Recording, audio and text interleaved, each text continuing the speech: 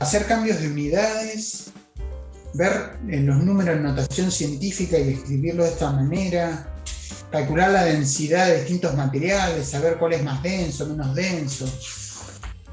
Está difícil esto, yo no sé si lo voy a poder resolver, la verdad. A ver, pero ahora que me pongo a pensar, creo que ya tengo la solución a esto. Así que si quieren, vengan, que lo podemos resolver todos juntos. Acuérdense. Hola chicos, yo soy Leandro y junto conmigo van a poder resolver todos los ejercicios de la guía. Desde los más sencillos, que son los cambios de unidades o expresar los números en notación científica, a los que requieren un poco más de análisis, que son los cálculos de densidad y demás. Así que los invito a ver el video siguiente y luego me cuentan cómo les va. ¿Vamos? En la vida cotidiana estamos acostumbrados a medir de todo. Desde saber cuál es la distancia que hay entre dos ciudades, la velocidad de un auto en una determinada ruta, hasta simplemente conocer el volumen de una botella, cuánto mide una mesa o los gramos que necesitamos de harina, por ejemplo, para hacer una torta. En ciencia, imagínense que conocer estos conceptos es de vital importancia porque ayuda a resolver problemas. Es decir, que los profesionales tienen que tomar decisiones importantes a partir de la medición de datos. Para ello, es necesario conocer que un valor de medición consta de tres partes, es decir, la cantidad numérica, la unidad y el nombre de la sustancia. Por ejemplo, si necesitamos conocer la cantidad de vitamina C que tiene un determinado alimento, no solo basta saber la cantidad numérica, sino que también necesitamos conocer la unidad, ya que no es lo mismo hablar de gramos que de miligramos. Y también tiene que estar acompañado de lo que estamos midiendo, para evitar distintas confusiones. En el mundo existe una infinidad de sistemas de unidades diferentes. Cada país adopta un sistema de unidad propio.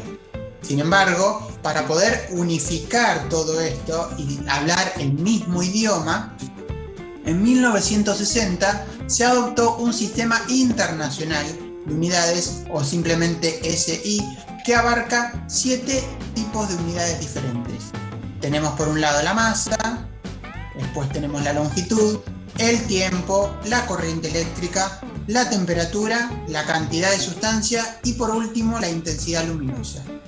Entre paréntesis, en cada uno de los sistemas de unidades está lo que se conoce como unidad fundamental o básica.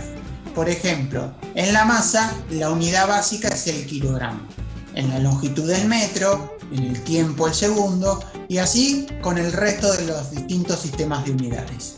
Como vamos a ver más adelante, no solamente existen las unidades básicas o fundamentales, sino que también existen unas unidades conocidas como unidades derivadas o combinadas, que justamente son unidades que se combinan, o que combinan, mejor dicho, distintas unidades básicas. Cuando queremos trabajar con unidades que son más grandes o más chicas que la unidad básica, tenemos que usar distintos prefijos como los que vemos acá, para asociar a los múltiplos o a los submúltiplos correspondientes. Por ejemplo, el prefijo deca significa que esa cantidad es 10 veces más grande que la unidad básica.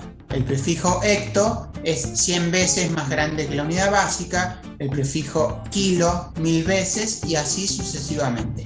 Por ejemplo, si la unidad básica es el metro, el decámetro es 10 veces más grande que el metro. El hectómetro 100 veces más grande que el metro, el kilómetro 1000 veces más grande que el metro.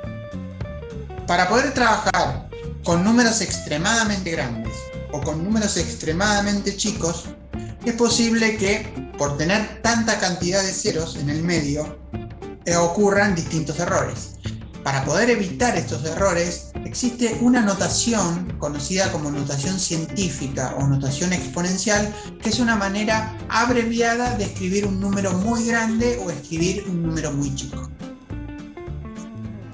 Bien, Una notación científica o exponencial es simplemente poner un número como potencia de 10. Es decir, que cualquier número que existe lo podemos expresar como notación científica.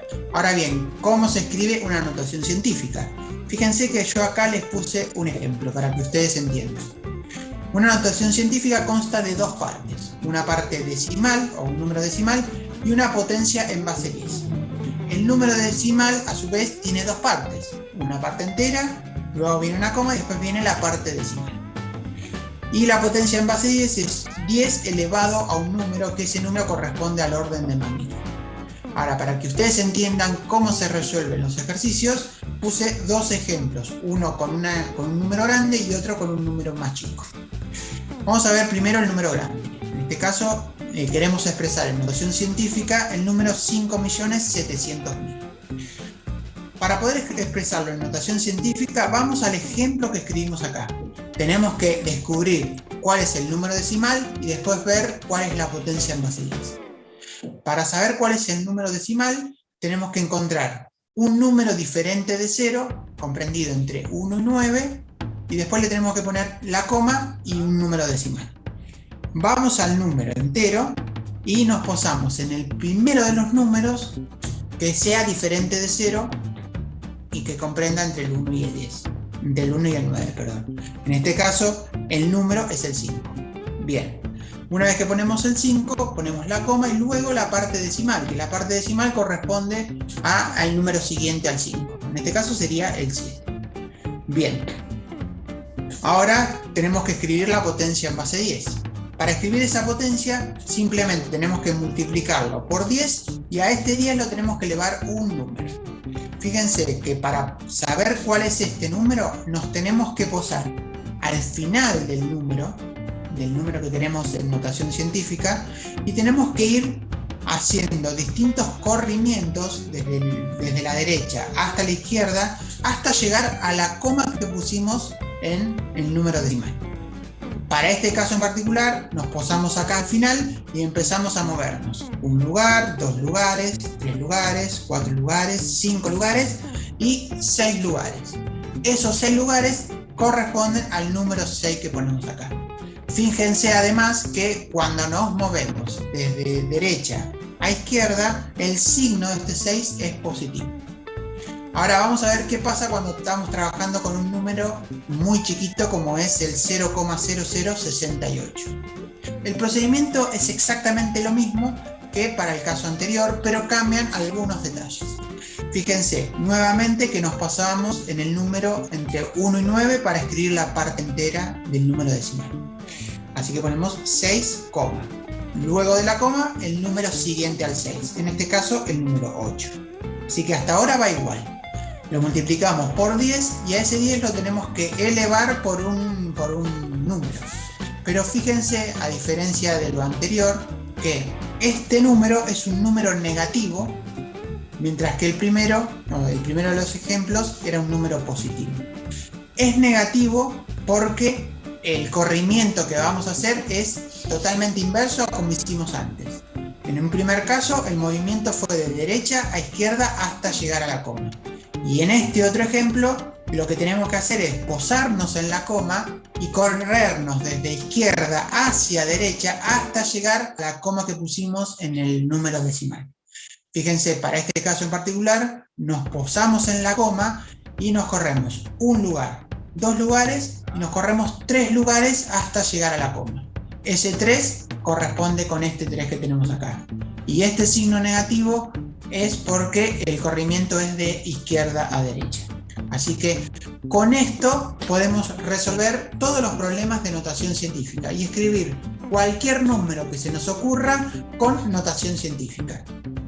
Ahora fíjense en el cuadro que vimos anteriormente que todos estos números que tenemos acá, que son extremadamente grandes, o todos estos números que tenemos acá, extremadamente chicos, si los escribimos como notación científica, el error va a ser mínimo, ya que simplemente vemos que tenemos que concentrarnos en el orden de magnitud que lleva la potencia de 10, y así evitar posibles errores. Como desafíos, yo les dejé acá 2 ejemplos para que ustedes puedan practicar en sus casas.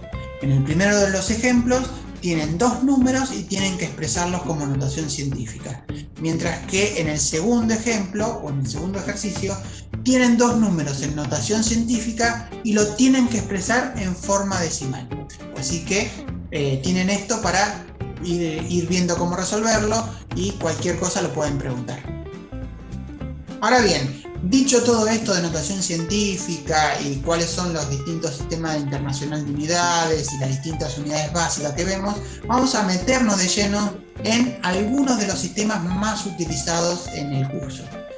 Por ejemplo, vamos a arrancar con distintos tipos de magnitudes básicas, como por ejemplo en este caso la longitud. Todo lo que está entre paréntesis es la unidad básica en el sistema internacional. Para la longitud dijimos que la unidad básica en el sistema internacional es el metro. Yo acá le puse un cuadro que relaciona al metro con distintos múltiplos y distintos submúltiplos. No todos los que habíamos visto en el cuadro anterior, sino los más utilizados. Es decir, si queremos trabajar con múltiplos del metro, los más utilizados serían el decámetro, el hectómetro y el kilómetro. Acá en esta fila tenemos la abreviación de cada una de estas unidades. Para el kilómetro es km, el hectómetro hm y el decámetro es DAM.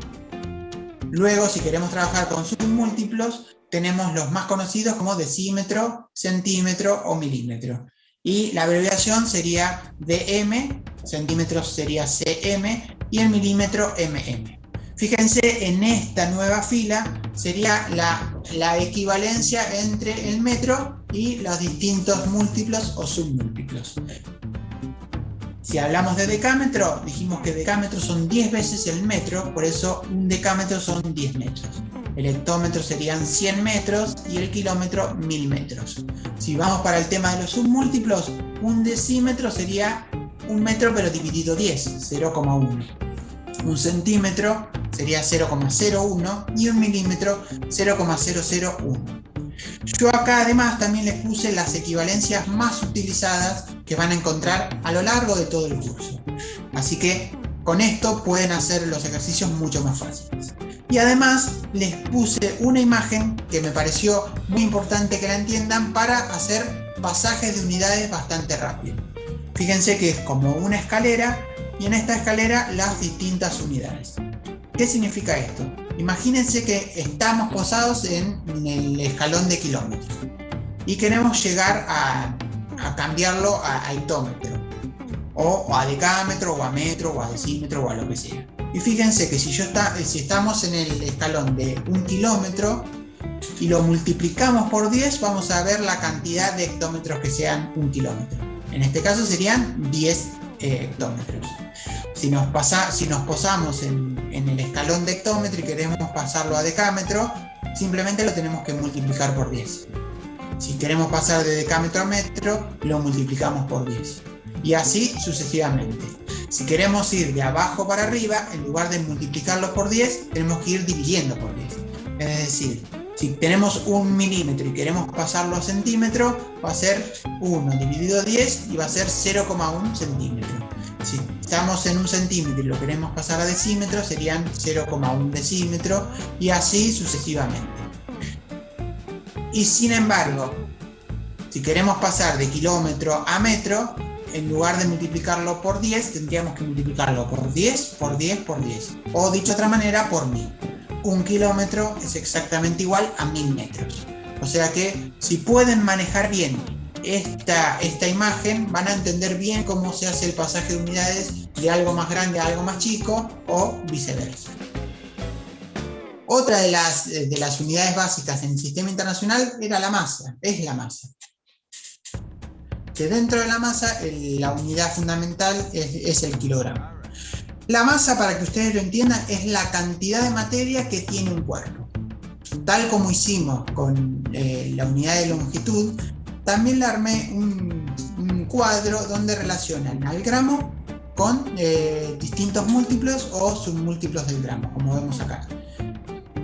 Si bien el gramo no es la unidad básica en el sistema internacional, es muy utilizada y por eso les puse una tabla para que puedan comparar distintas unidades de masa. Fíjense, como hicimos antes, que el gramo, si estudiamos los múltiplos del gramo, van a aparecer el decagramo, el hectogramo o el kilogramo. Y si estudiamos los submúltiplos, aparecerán el decigramo, centigramo o miligramo. Abajo nuevamente pusimos, vamos a ver las distintas abreviaturas de las distintas unidades, y abajo de eso, en una nueva fila, escribimos todas las equivalencias con respecto al gramo, siempre con respecto al gramo. Esto quiere decir que un decagramo corresponden a 10 gramos, un hectogramo a 100 gramos, un kilogramo a 1000 gramos, y si vamos por el lado de los submúltiplos, un decigramo corresponde a 0,1 gramo, un centigramo a 0,01 y un miligramo a 0,001 gramo. Nuevamente les puse las equivalencias más utilizadas para que ustedes se las empiecen a aprender y la apliquen a la práctica. Ahora bien, este concepto es muy importante en que lo entiendan porque por lo general siempre trae confusión con otro concepto bastante parecido, pero ahora se van a dar cuenta que son distintos, que es justamente el peso que tenemos.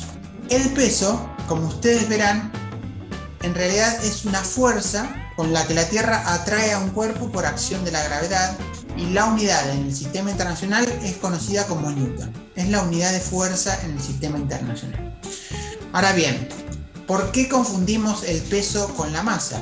Porque justamente en realidad todo lo que hablamos de peso nosotros, cuando decimos esto pesa tanto o yo me peso y tengo esta cantidad de gramos o de kilos y demás, en realidad ese peso está mal, ese concepto está mal dicho, y siempre que hablamos de peso en realidad estaríamos hablando de masa, ya que fíjense que el peso es una unidad de fuerza.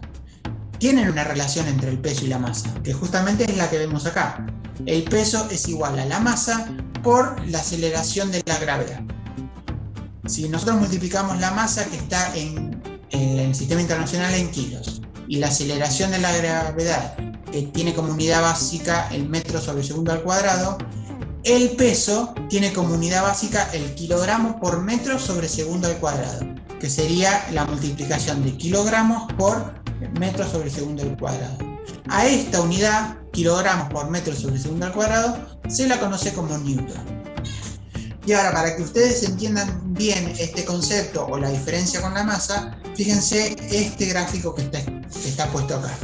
La masa nuestra siempre es la misma, estemos en el lugar que estemos. Por ejemplo, la masa de este chico siempre es de 65 kilos, independientemente si estamos en la Luna o si estamos en la Tierra. Sin embargo, el peso del chico en la Luna y en la Tierra es totalmente diferente, ya que el peso está relacionado con la aceleración de la gravedad. Como todos sabemos, en la Luna la aceleración de la gravedad, o simplemente la gravedad, es mucho más chica que en la Tierra. En números, fíjense que la aceleración de la gravedad en la Luna es 1,61 metros sobre segundo cuadrado y en la Tierra es 9,8 metros sobre segundo cuadrado. ¿Esto qué quiere decir? Que nuestro peso en la Tierra es mucho mayor que el peso en la Luna. Acá, en este ejemplo, fíjense que este chico de masa 65 kilos, en la Luna tiene un peso aproximadamente de 105 newton y en la Tierra tiene un peso aproximadamente de 637 newton, porque justamente cambia la aceleración de la gravedad. Así que fíjense que siempre cuando hablamos de peso nosotros y vamos a una balanza y pesamos algo o le pedimos al verdulero que nos dé un determinado peso de una verdura o una fruta, en realidad estamos hablando de la masa de la fruta, la masa del cuerpo y demás, y no del peso. Pero es una confusión que siempre tenemos y tenemos que tratar de desacostumbrarnos y empezar a hablar con propiedad. Bueno, la última de las magnitudes básicas que vamos a ver acá va a ser la temperatura. que si se acuerdan, en el sistema internacional la unidad de la temperatura es el Kelvin, que se abrevia con la K mayúscula. Dentro de la temperatura vamos a encontrar tres unidades principales: la escala Celsius, la escala Fahrenheit y la escala Kelvin. De las tres, las dos más utilizadas por nosotros van a ser la escala Kelvin o los grados Kelvin, ya que es la unidad en el sistema internacional, y la escala Celsius, también llamada escala centígrada, que es los grados centígrados son los que adoptamos nosotros acá en Argentina. En cambio, la escala Fahrenheit o los grados Fahrenheit acá no se usan mucho, ya que son unidades más que nada de los países anglosajones, es decir, de Estados Unidos, de Canadá, etc. Hay una conversión o una transformación de una escala a la otra escala que está resumida en el gráfico o en la tabla que tenemos acá abajo. Fíjense que la escala Celsius, acuérdense que Celsius y centígrados es lo mismo, para poder transformarlo en Kelvin tenemos esta equivalencia. ¿Cómo es? Por ejemplo, si tenemos una determinada cantidad de grados Kelvin, lo queremos pasar a grados centígrados, vamos a esta fórmula y ponemos el dato de grados Kelvin acá y simplemente a ese dato en grados Kelvin le restamos 273,15 y obtenemos los grados centígrados. Una cosa a tener en cuenta: si bien hablamos de grados Kelvin, fíjense que el símbolo de grados Kelvin no lleva justamente el símbolo de grados, sino simplemente la K mayúscula. En cambio, para los grados centígrados y los grados Fahrenheit sí aparece el símbolo de grados. Ahora bien, si tenemos grados centígrados y queremos transformarlos en grados Kelvin, tenemos que usar la fórmula que tenemos acá abajo. Es decir, que los grados centígrados le tenemos que sumar 273,15 y así obtener los grados Kelvin. Para la escala Fahrenheit, o para hacer una transformación de grados Fahrenheit a otra temperatura, fíjense que la única transformación que existe es entre grados Fahrenheit y grados centígrados. ¿Esto qué quiere decir? Que si tenemos grados Kelvin y lo queremos transformar en grados Fahrenheit, en primer lugar los grados Kelvin los tenemos que transformar en grados centígrados y luego esos grados centígrados transformarlos en grados Fahrenheit. ¿Cómo hacemos? Ponemos la cantidad de grados centígrados que nos dio esa cuenta en esta fórmula, lo multiplicamos por 1,8 y a ese resultado le sumamos 32. Y ahí sí obtenemos la cantidad en grados Fahrenheit. Como desafío les puse un ejemplo donde tenemos que el gas helio licúa o se transforma en líquido a 4,2 Kelvin y tenemos que expresar esa temperatura en grados Celsius y en grados Fahrenheit. Se los dejo para que lo puedan resolver en sus casas y si tienen alguna duda lo vemos después en la consulta. Bueno, ya vimos un conjunto de magnitudes fundamentales o básicas. Ahora vamos a dedicarnos un poco con respecto a lo que se conoce como magnitudes derivadas o compuestas, que no son ni más ni menos que combinaciones de dos o más unidades básicas. Como algunos de los ejemplos más importantes de magnitudes derivadas tenemos al área y al volumen. En el caso del área combina dos unidades de longitud y en el caso del volumen combina tres unidades de longitud. En el sistema internacional el área tiene una unidad de metro cuadrado, que gráficamente lo podemos ver como un cuadrado de un metro de base por un metro de altura. Así que hacemos un metro por un metro, nos queda como resultado un metro cuadrado y ahí tenemos el área del cuadrado. A continuación vamos a ver un cuadro donde tenemos distintas equivalencias, tal como hicimos con la unidad de longitud anteriormente. Pero fíjense que si bien los múltiplos y submúltiplos son los mismos que antes, lo que cambia ahora es cómo llegar a la equivalencia. Fíjense que en el medio ponemos la unidad fundamental. Bueno, en este caso sería la unidad derivada, el metro cuadrado.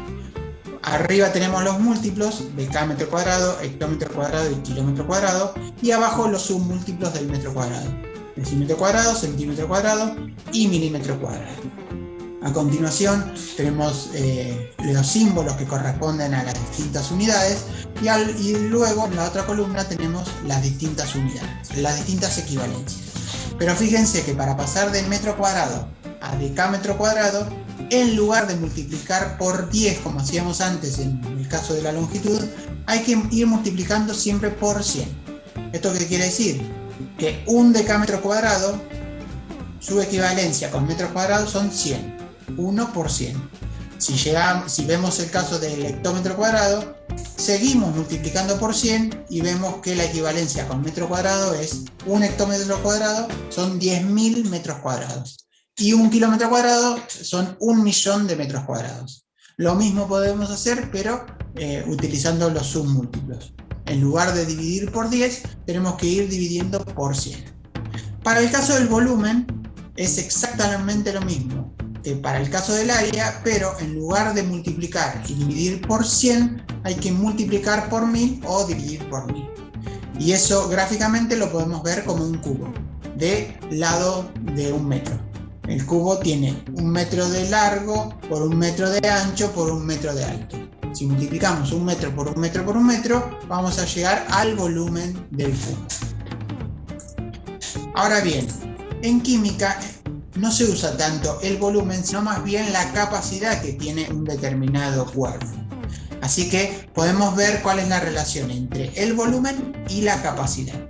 Fíjense que la unidad de volumen dijimos que era el metro cúbico o el centímetro cúbico, milímetro cúbico y demás.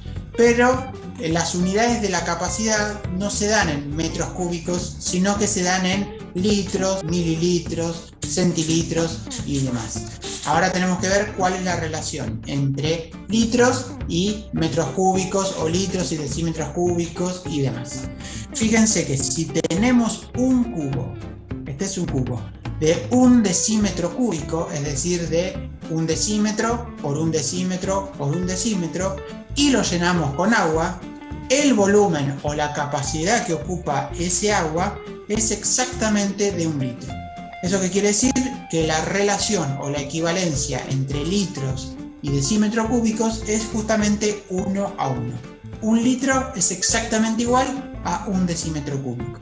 Si en lugar de hablar de litros hablamos de mililitros, que también es una unidad muy usada en química, la relación entre el volumen y la capacidad es exactamente 1 centímetro cúbico igual a 1 mililitro. Así que con estas dos relaciones podemos transformar fácilmente capacidades en volumen o volumen en capacidades. Y acá, como antes, también les puse cuáles son las equivalencias más utilizadas. En primer lugar, son todas unidades de volumen. Fíjense, 1 metro cúbico es equivalente a 1 por 10 a la 6 centímetros cúbicos o 1 por 10 a la 9 milímetros cúbicos, o también las relaciones que vimos antes de capacidad y volumen, que 1 litro es equivalente o es igual a 1000 centímetros cúbicos, 1 metro cúbico equivalente a 1000 litros o a 1 kilolitro, y así sucesivamente. Así que con esto ténganlo en cuenta porque lo vamos a usar mucho durante el curso, las distintas relaciones. Ahora bien, otra de las unidades derivadas que vamos a usar mucho y que la tienen que conocer es la densidad, que en el sistema internacional su unidad es el kilogramo por metro cúbico. Ahora bien, ¿qué es la densidad? La densidad es la masa de un cuerpo por unidad de volumen. ¿Tiene una fórmula asociada? Sí. La densidad es igual a la masa sobre el volumen. Y ustedes, para que ustedes se den cuenta qué concepto está relacionado con la densidad o dónde ver la densidad en la vida cotidiana, es teniendo un vaso y ver qué es lo que flota o qué es lo que se va al fondo del vaso. Ustedes tienen que tener en cuenta que el agua tiene una determinada densidad, que por lo general es 1 gramo por mililitro o 1 gramo por centímetro cúbico. Esa es la densidad, y todas las sustancias o los cuerpos que flotan, quiere decir que la densidad de ese cuerpo es menor a la del agua, o dicho de otra manera, tiene que ser menor a 1 gramo por mililitro. En cambio, todas las sustancias o cuerpos que están en el fondo del agua, como por ejemplo en este caso son monedas, quiere decir que la densidad de las monedas son mayores a 1 gramo por mililitro. Fíjense estos dos cuadros que son cuadros comparativos con distintos cuerpos o distintas sustancias. En el primero de los cuadros tenemos oro, hierro, aluminio, agua y madera, y en todos los casos tenemos 1 kilo. Fíjense que 1 kilo de oro está mucho más compacto o ocupa mucho menos volumen que 1 kilo de madera. Y así podemos verlo con las otras sustancias. ¿Eso qué quiere decir? Que si estamos trabajando con la misma masa y el volumen del oro es mucho menor que el volumen de la madera, como el volumen está en el denominador, quiere decir que la densidad del oro es mucho mayor que la densidad de la madera. Y eso lo podemos corroborar con los números que tenemos acá. Así que fíjense que la densidad es directamente proporcional a la masa e inversamente proporcional al volumen. Un volumen chico, trabajando con la misma masa, un volumen chico equivale a una densidad muy grande. Fíjense que para 1 kilo de oro tenemos este volumen y la densidad es 19,3, mientras que 1 kilo de madera ocupa este volumen, pero la densidad es mucho más baja, es 0,50 gramos sobre centímetro cúbico. Ahora bien, fíjense, en lugar de trabajar con mismas masas, podemos trabajar con mismos volúmenes. Y ahora vamos a ver qué pasa con el tema de la densidad y el volumen. Si trabajamos con el mismo volumen, fíjense que a misma cantidad de volumen, el que tenga mayor densidad va a ser el que tenga mayor masa, porque son directamente proporcionales. Fíjense, en este caso, el plomo, a un mismo volumen que el aire, que el hidrógeno, que el corcho, que el agua, tiene una masa mucho mayor, porque el plomo es mucho más denso que el agua, y así sucesivamente. Así que así lo podemos ir comparando. A una misma cantidad de masa, un volumen más chico equivale a una densidad más grande. A una misma cantidad de volumen, una masa más grande equivale a una densidad más grande. Y así podemos comparar infinidad de objetos. Bien, una vez que entendimos bien el concepto de densidad, podemos verlo en un ejemplo concreto. Fíjense en este dibujo que tenemos acá. Hay distintas sustancias con distinta densidad. Las sustancias que están más arriba en este recipiente son las sustancias menos densas y las sustancias más abajo van a ser las sustancias más densas. Todas van a tener distinta densidad, por eso están bien diferenciadas. Fíjense en este caso que el agua, como nosotros sabemos que el agua y el aceite decimos que no se mezclan, bueno, no se mezclan porque tienen distintas propiedades, y a su vez vemos que cuando intentamos mezclar agua con aceite, se separan en dos capas, teniendo el aceite por encima y el agua por debajo. ¿Esto qué quiere decir? Que el aceite es menos denso que el agua. A un mismo volumen de aceite y de agua, se observa que el agua tiene una masa mayor. Eso quiere decir que la densidad del agua es mayor que la del aceite. Como desafío, vamos a ver cómo se puede calcular la densidad del cobre haciendo dos experiencias sencillas en el laboratorio. En primer lugar, tenemos un cuerpo amorfo, o sea, no tiene ninguna forma determinada del cobre, y le medimos la masa en una balanza. Y se observa que la masa del cobre es exactamente igual a la masa de estas pesas que tenemos acá. Es decir, que la masa del cobre va a ser igual a la suma de 400 más 40 más 5. Con esta experiencia se calcula la masa del cobre. Con la experiencia que tenemos al lado, podemos descubrir cuál es el volumen que ocupa el cobre. Fíjense que en este caso tenemos un volumen inicial de 220 mililitros sin el cobre, y cuando le ponemos el cobre, se observa que el volumen final ahora es de 270.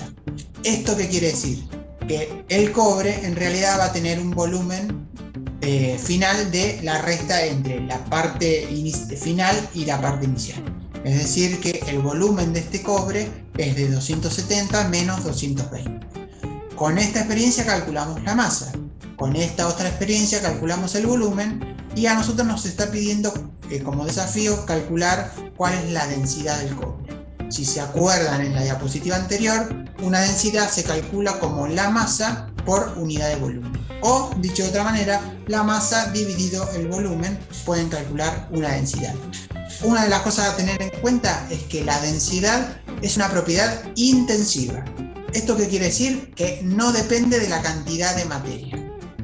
Es decir, si yo tengo un volumen chiquito de cobre o un volumen gigante de cobre, o sea, un cuerpo con un volumen chiquito o un cuerpo con un volumen gigante, la densidad de los dos cuerpos es exactamente la misma, porque la densidad no depende de la cantidad de materia. Así que eso está bueno para que lo entiendan. Así que con estas dos experiencias pueden calcular la densidad del cobre independientemente de la cantidad de materia de la que se esté estudiando. Bueno, chicos, terminamos con esto. Ahí tienen por lo menos las herramientas básicas para poder resolver los problemas. Yo sé que hay algunas magnitudes que no vimos y demás, pero ustedes con paciencia y con la tabla que tienen, el apéndice de tablas que tienen, pueden resolver todos los ejercicios. Así que pónganse las pilas y nos vemos en la próxima.